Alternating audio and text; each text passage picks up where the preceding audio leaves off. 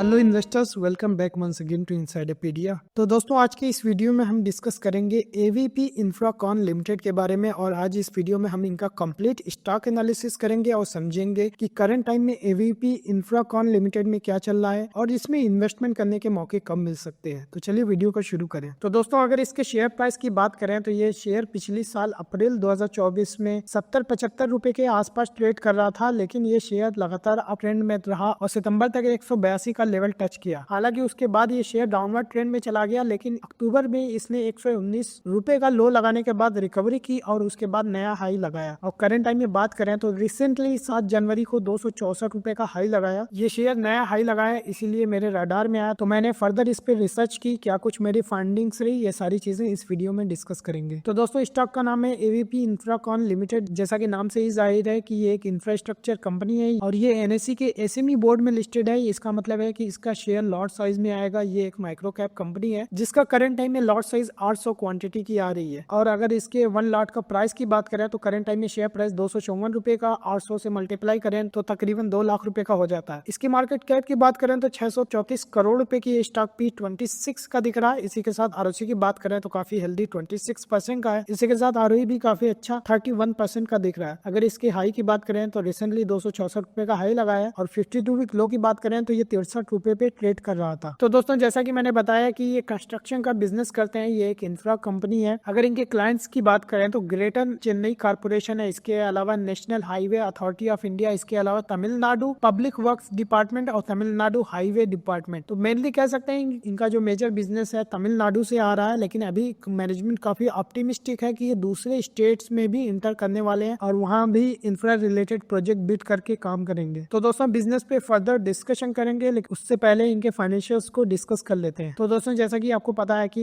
SME stock जो half yearly result declare करते हैं, तो अगर इसके हाफ ईयरली रिजल्ट की बात करें तो सितंबर 2024 में 96 करोड़ रुपए का रेवेन्यू रिपोर्ट किया, जो कि पिछली साल ये रेवेन्यू सिर्फ 63 करोड़ रुपए का था। अगर पिछले हाफ की बात करें मार्च 2024 में, तो इन्होंने 88 करोड़ रुपए का रेवेन्यू रिपोर्ट किया था। तो यहाँ पे पिछले साल के कंपेरिजन में काफी ह्यूज जंप देखने को मिला है। साथ ही साथ पिछले साल के प्रॉफिट की बात करें तो पिछले साल ये प्रॉफिट सिर्फ 7 करोड़ रुपए का था और मार्च में 11 करोड़ रुपए का हुआ। अभी फर्स्ट हाफ FY25 में 13 करोड़ रुपए का प्रॉफिट रिपोर्ट किया है। तो यहाँ पे भी लगातार ग्रोथ देखने को मिल रही है। साथ ही साथ बात करें डिप्रिसिएशन की तो बिल्कुल नेग्लिजिबल सा 2 करोड़ रुपए का डिप्रिसिएशन है। हालांकि इंटरेस्ट का पेमेंट 4 करोड़ रुपए का पेमेंट कर रहे हैं। तो आगे हम बैलेंस शीट में देखेंगे कि करंट टाइम में इनका डेट लेवल किस तरीके से है। अगर इनके ऑपरेटिंग प्रॉफिट मार्जिन की बात करें तो 20% का पिछले साल था, अभी फर्स्ट हाफ में 23% का दिख रहा है और मैनेजमेंट काफी कॉन्फिडेंट है कि गोइंग फॉरवर्ड ये सस्टेन कर सकता है। तो दोस्तों, अगर इनके एनुअलाइज्ड रिजल्ट पे नजर डाले तो यहाँ पे देख सकते हैं कि FY21 में 58 करोड़ रुपए का रेवेन्यू रिपोर्ट किया, FY22 में 64 करोड़ रुपीस का, FY23 में ह्यूज जंप 106 करोड़ रुपए हुआ, FY24 में 151 करोड़ और अभी TTM बेसिस पे 184 करोड़। यहाँ बिजनेस में लगातार एक्सपोनेंशियल ग्रोथ देखने को मिली है। साथ ही साथ नेट प्रॉफिट की बात करें 4 करोड़ का FY22 में प्रॉफिट था, फिर वो प्रॉफिट FY23 में 12 करोड़ रुपए का हुआ, FY24 में 18 करोड़ रुपए का और TTM बेसिस पे अभी 24 करोड़ रुपए का प्रॉफिट दिख रहा है। हालांकि पिछले 3 फाइनेंशियल ईयर से प्रॉफिट इनका कांस्टेंट है, जो कि 20% के आसपास का दिख रहा है और लेटेस्ट फर्स्ट हाफ में 23% का ऑपरेटिंग प्रॉफिट मार्जिन रिपोर्ट किया, जो कि काफी अच्छा नंबर दिख रहा है। तो दोस्तों, अगर इनके बैलेंस शीट की बात करें तो यहाँ पे इक्विटी कैपिटल देख सकते हैं कि FY23 के कंपेरिजन में FY24 में इक्विटी कैपिटल बढ़ा हुआ है। इसका मतलब है कि इन्होंने FY24 में फंड रेज किया था और उसी दौरान इनका IPO आया था और सितंबर 24 तक देखें तो कोई भी चेंजेस देखने को नहीं मिला है। इसका मतलब है कि इस दौरान कंपनी ने कोई भी नया फंड नहीं उठाया है। इसके अलावा इक्विटी कैपिटल और रिजर्व की बात करें तो 105-6 करोड़ रुपए का दिख रहा है। यहीं पे बोरोइंग का लेवल की बात करें तो 109 का दिख रहा है। इसका मतलब ये है कि इनका डेट टू इक्विटी रेशियो 1:1 का है। अगर फिक्स्ड एसेट की बात करें तो कोई मेजर जंप देखने को नहीं मिला है। इसी के साथ अदर एसेट्स की बात करें तो इन्वेंटरीज का लेवल कांस्टेंट ही बनाया हुआ है, जो कि FY24 में 68 करोड़ का था, अभी फर्स्ट हाफ FY25 में 70 करोड़ रुपए का दिख रहा है। ट्रेड रिसीवेबल का भी लेवल कम होता हुआ दिख रहा है, 62 करोड़ से घट करके 51 करोड़ रुपए का हो गया। कैश एंड कैश इक्विवेलेंट की बात करें तो 15 करोड़ रुपए का कैश FY24 में था, अभी फर्स्ट हाफ FY25 में 12 करोड़ रुपए का कैश ये होल्ड कर रहे हैं। इसके अलावा लोन एंड एडवांस में भी देख सकते हैं कि 43 करोड़ रुपीस ये होल्ड कर रहे हैं, जो कि काफी अच्छी बात है। तो दोस्तों, अगर कैश फ्लो पे एक नजर डाले तो कैश फ्रॉम ऑपरेटिंग एक्टिविटी देख सकते हैं FY23 में निगेटिव रहा -9 करोड़ रुपए का। इसी के साथ साथ FY24 में भी 29 करोड़ रुपए का निगेटिव कैश फ्लो इन्होंने रिपोर्ट किया। इसका मतलब है कि बिजनेस से अभी कैश अक्रू नहीं हो रहा है, जो कि एक कंसर्निंग पॉइंट हो जाता है, क्योंकि एक बढ़िया बिजनेस तो वही है जो बिजनेस से पॉजिटिव कैश फ्लो रिपोर्ट करे। इसी के साथ साथ इन्वेस्टिंग एक्टिविटी की बात करें तो -7 करोड़ रुपए FY23 में दिखा और -10 करोड़ FY24 में दिख रहा है। इसी के साथ कैश फ्रॉम फाइनेंसिंग एक्टिविटी देखें तो ये लगातार फंडिंग भी उठा रहे हैं। 19 करोड़ रुपए FY23 में उठाया और FY24 की बात करें तो 48 करोड़ रुपए इन्होंने फंडिंग उठाई है। ये फंडिंग कहाँ से उठाई है इसको देखने के लिए आप यहाँ पे प्लस पे क्लिक कर सकते हैं। जैसा कि हमें देखने को मिला कि प्रोसीड फ्रॉम शेयर जो कि शेयर सेल करके 52 करोड़ रुपए की फंडिंग उठाई थी और पिछली साल FY23 में 23 करोड़ रुपए की फंडिंग डेट से उठाई थी। तो दोस्तों अगर इनके रेशियोज की बात करें तो डेटर डेज देख सकते हैं कि 33 दिनों का हुआ करता था FY23 में, लेकिन FY24 में बढ़ करके 150 दिनों का हो गया। वहीं पे इन्वेंट्री डेज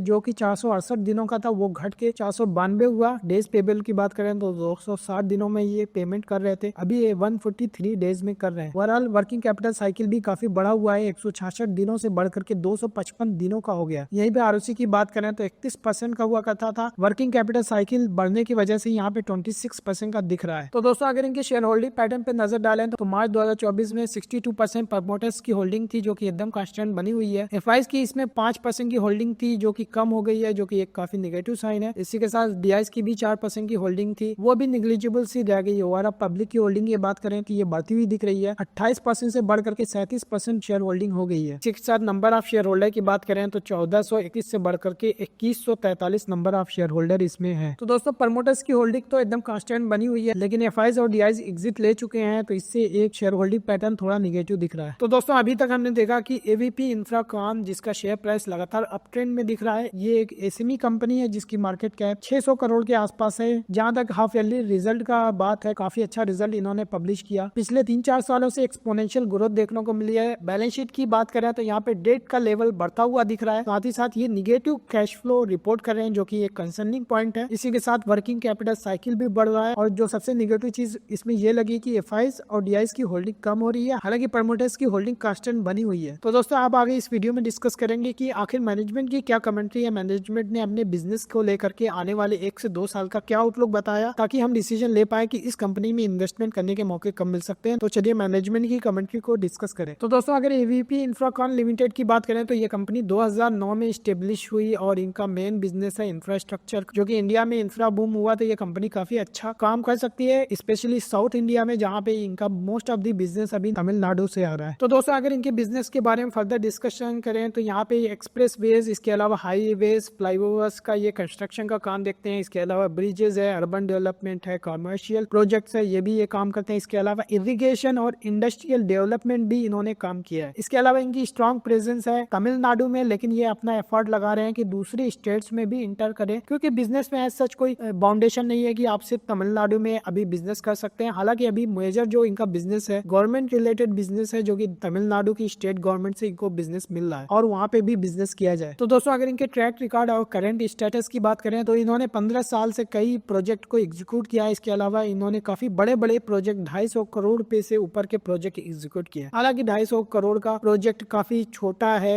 L&T जैसी कंपनी को, लेकिन एक SME स्टॉक जो कि इसकी मार्केट कैप से 600 करोड़ रुपए की है, उसने अगर 250 करोड़ रुपए का प्रोजेक्ट भी करके एग्जीक्यूट किया तो ये अपने आप में एक बड़ा माइलस्टोन हो जाता है। तो दोस्तों रिसेंट में कई मेजर डेवलपमेंट्स हुए, उसमें ये है कि इन्होंने national highway authority of India से 2 कॉन्ट्रैक्ट विन किए। यहाँ पे तिरुवनमलाई का इनको प्रोजेक्ट मिला है जो कि 33 करोड़ रुपए का है। इसके अलावा ऑपरेशन और मेंटेनेंस का काम मिला है Pondicherry Tindivanam section of national highway 32, यहाँ से भी 7 करोड़ रुपए का प्रोजेक्ट मिला है। रेडी मिक्स कंक्रीट प्लांट इन्होंने इनॉग्रेट किया धर्मपुरम त्रिपुरा में, और यहाँ पे 90% इस ज्वाइंट वेंचर में इनकी स्टेक है। रेडी मिक्स कंक्रीट जो इंडस्ट्रियल की जहाँ डिमांड होगी तो वहां से ये अपनी साइड से लेके जा करके जहाँ कंस्ट्रक्शन साइट पे लेके जाएंगे, तो यहाँ पे उस एरिया में काफी डिमांड थी, तो इन्होंने एक ज्वाइंट वेंचर करके एक प्लांट इनॉग्रेट किया। तो जिस एरिया में इन्होंने ready mix concrete plant start किया है, यहाँ पे काफी अच्छा रिस्पांस है और ये काफी कॉन्फिडेंट है कि यहाँ पे यूटिलाइजेशन जल्दी देखने को मिल सकता है। इनको रिसेंटली कॉन्ट्रैक्ट मिला है भागलपुर बाईपास के कंस्ट्रक्शन का। इसके अलावा कल्लाकुरिची तिरुवनमलाई रोड का कंस्ट्रक्शन मिला है जिसको वाइड करना है, यहाँ पे भी 70 करोड़ रुपए का ये प्रोजेक्ट इनको मिला हुआ है। तो दोस्तों इनका फ्यूचर का ग्रोथ प्लान क्या है उसको डिस्कस कर लें। तो दोस्तों यहाँ पे कंपनी काम कर रही है कि इनको और भी बड़े प्रोजेक्ट मिले और खास करके तमिलनाडु स्टेट से बाहर भी इनको प्रोजेक्ट मिले। तो इन्होंने कई प्रोजेक्ट बिड किए हैं मध्य प्रदेश में, आंध्र प्रदेश में, इसी के साथ साथ तेलंगाना में भी इन्होंने प्रोजेक्ट बिड किए हैं। हालांकि इन्होंने काफी प्रोजेक्ट बिड किए हैं, उसी के हिसाब से ये अपनी ग्रोथ भी टारगेट कर रहे हैं कि FY25 तक मिनिमम 750 करोड़ की ऑर्डर बुक इनके पास हो जाए और FY26 FY26 तक 500 करोड़ रुपए का टर्नओवर ये कर लें। लेकिन दोस्तों FY26 में 500 करोड़ रुपए का रेवेन्यू का प्लान है, लेकिन अभी TTM बेसिस पे 184 करोड़ रुपए का रेवेन्यू दिख रहा है। हालांकि ये काफी कॉन्फिडेंट है कि FY25 जो करंट फाइनेंशियल ईयर चल रहा है ये एंडिंग तक ये 250 करोड़ रुपए का रेवेन्यू कर लेंगे। तो यहाँ पे मैनेजमेंट काफी कॉन्फिडेंट है कि FY24 में 151 करोड़ रुपए का रेवेन्यू हुआ है, तो FY25 250 करोड़ रुपए का रेवेन्यू करेंगे और FY26 500 करोड़ रुपए का रेवेन्यू यानी FY25 के कंपैरिजन में अगेन डबल रेवेन्यू कर लेंगे। और इसी के लिए इन्होंने मल्टीपल स्टेट में प्रोजेक्ट बिड किया। ये काफी ज्यादा कॉन्फिडेंट भी है कि FY25 तक इनके पास 750 करोड़ रुपए के ऑर्डर्स होंगे। लेकिन करंट टाइम में अगर ऑर्डर बुक की बात करें तो ये 250 करोड़ रुपए की है, लेकिन ये FY26 तक की एम कर रहे हैं कि इनके पास 1000 करोड़ रुपए के ऑर्डर बुक हो जाए। इसी के साथ इनका ये प्लान ये भी है कि आने वाले 3 से 5 सालों में ये 1000 करोड़ का ईयरली बेसिस पे बिजनेस करें और मेन बोर्ड में जाए। माइलस्टोन होगा कंपनी के लिए जब ये SME बोर्ड में लिस्टेड है और ये कंपनी बड़ी होगी तो मेन बोर्ड में जा सकती है, अगर ये सारे ऑब्जेक्टिव 2 से 3 सालों में ये पूरे कर ले। और सिर्फ मेन बोर्ड में नहीं जाएगी, यहाँ पे मल्टी बैगर पैसा भी बन सकता है। तो दोस्तों AVP इंफ्राकॉन लिमिटेड पे फर्दर डिस्कशन करेंगे, लेकिन उससे पहले बताना चाहूंगा कि अगर आप एक पोर्टफोलियो बिल्डअप करना चाहते हो तो आप हमारी स्टॉक रिकमेंडेशन सर्विस को सब्सक्राइब कर सकते हो, लिंक डिस्क्रिप्शन बॉक्स में दिया हुआ है। इसके अलावा आपको पर्सनली कुछ डिस्कस करना होगी आपके इन्वेस्टमेंट जर्नी में कैसे मैं आपकी हेल्प कर सकता हूँ, तो आप मुझे दिए हुए नंबर पे डायरेक्टली कांटेक्ट कर सकते हैं। तो दोस्तों अगर इंफ्रा सेक्टर के एक्सपेंशन की बात करें तो कंपनी करंट टाइम में एक्सप्लोर कर रही है कि इरिगेशन प्रोजेक्ट मिले। इसके अलावा हाई राइज टावर्स पे भी ये काम कर सकते हैं। इसके अलावा सोलर EPC बिजनेस जो कि काफी बूम कर रहा है करंट टाइम में। हमने शेयर जैसे कि KPI ग्रीन, वारी, RTL ये सारे शेयर जो कि सोलर EPC में बिजनेस करते हैं काफी अच्छा पास्ट में परफॉर्म किए हैं और रिटर्न भी अच्छा दिया है। तो यहाँ पे AVP भी इस सेक्टर में इंटर करने का प्लान बना रही है। हालांकि इस साल FY25 में कितना रेवेन्यू आएगा इसके बारे में कोई कमेंट्री नहीं की, लेकिन काफी कॉन्फिडेंट है कि FY26 में ये कुछ अनाउंसमेंट कर सकते हैं। तो दोस्तों इनके फाइनेंशियल हाइलाइट्स क्या हैं उसको डिस्कस कर लें। तो दोस्तों अभी तक 180-85 करोड़ रुपए का रेवेन्यू TTM बेसिस पे दिख रहा है। ये काफी ज्यादा कॉन्फिडेंट है कि FY25 के एंड तक ये 250 करोड़ रुपए का रेवेन्यू अचीव कर लेंगे। और अगर करंट टाइम के नॉन फंड लिमिट यूटिलाइजेशन की बात करें जो उसका यूज होता है बैंक गारंटी देने के लिए जब ये प्रोजेक्ट बिड करते हैं, तो यहाँ पे 55 करोड़ रुपए की लिमिट मिली हुई है। 20 करोड़ रुपए का यूटिलाइजेशन हो गया और अभी 35 करोड़ रुपए की लिमिट बची हुई है। यहाँ पे 1% की गारंटी देनी पड़ती है। इसका मतलब है 35 करोड़ रुपए का अगर लिमिट है तो ये 350 करोड़ रुपए तक के प्रोजेक्ट बिड कर सकते हैं। तो यहाँ पे दोस्तों ये चीज इंपॉर्टेंट इसलिए है कि अगर इनको बड़े प्रोजेक्ट बिड करने हुए तो यहाँ पे ये लिमिट की रिक्वायरमेंट हो सकती है। क्योंकि इनके पास करंट टाइम में एनफ लिमिट अवेलेबल है तो इनको बिड करने में कोई भी प्रॉब्लम नहीं होने वाली है। तो दोस्तों अगर करंट टाइम के ऑर्डर बुक की बात करें तो यहाँ पे 100% गवर्नमेंट के कॉन्ट्रैक्ट है और अभी करंट टाइम में कोई भी प्राइवेट ऑर्डर पे ये काम नहीं कर रहे हैं। तो दोस्तों अगर इनके ऑपरेशनल स्ट्रेंथ की बात करें तो यहाँ पे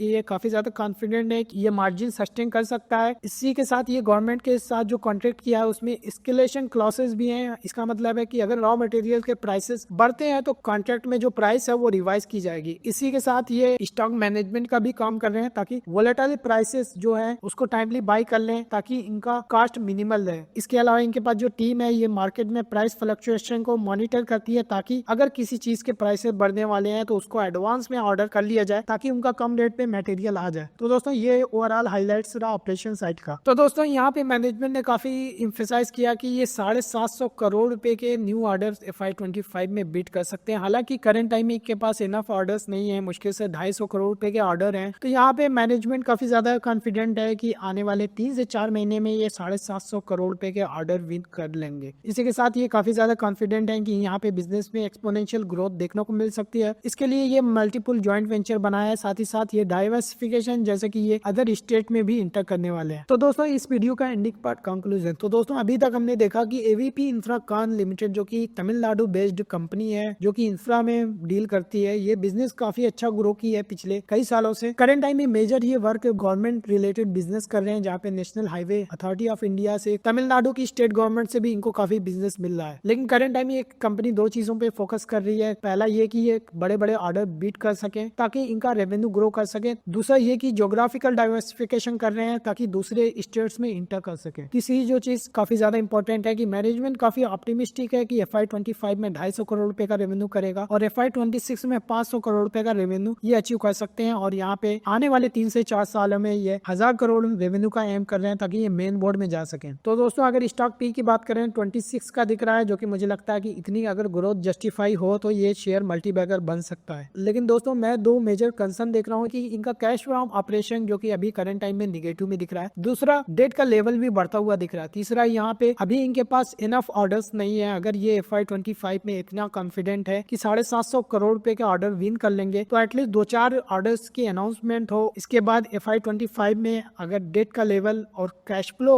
इनका अच्छा दिखा तो यहाँ पे अगर 2-4 बड़े ऑर्डर मिल जाए तो उसके बाद विजिबिलिटी हो जाए कि आगे इनको ऑर्डर मिल सकता है। लेकिन अभी दोस्तों जो भी इन्होंने विजन शेयर किया है ऐसा कोई ऑर्डर बुक मेजर देखने को नहीं मिला है। अगर ऑर्डर बुक देखने को मिलता है तो ये शेयर डेफिनेटली अच्छा कर सकता है। हालांकि पर्सनली अभी मैंने इस शेयर में कोई इन्वेस्टमेंट नहीं किया है, ना ही अपने क्लाइंट को रिकमेंड किया है, लेकिन ये शेयर मुझे अच्छा दिख रहा है। साथ ही साथ बिजनेस से कितना कैश अक्रू हो रहा है इसको क्लोजली ट्रैक करूंगा और उसी के बेसिस पे अपना इन्वेस्टमेंट डिसीजन लूंगा। तो दोस्तों आपकी क्या इसमें इन्वेस्टमेंट है कमेंट सेक्शन में लिख करके मुझे भी बताएं। वीडियो कैसा लगा, अच्छा लगा तो लाइक करें, चैनल पे नया है तो सब्सक्राइब कर लीजिए क्योंकि इसी तरह के वीडियोस मैं रेगुलरली अपडेट करते रहता हूं। And thank you for watching.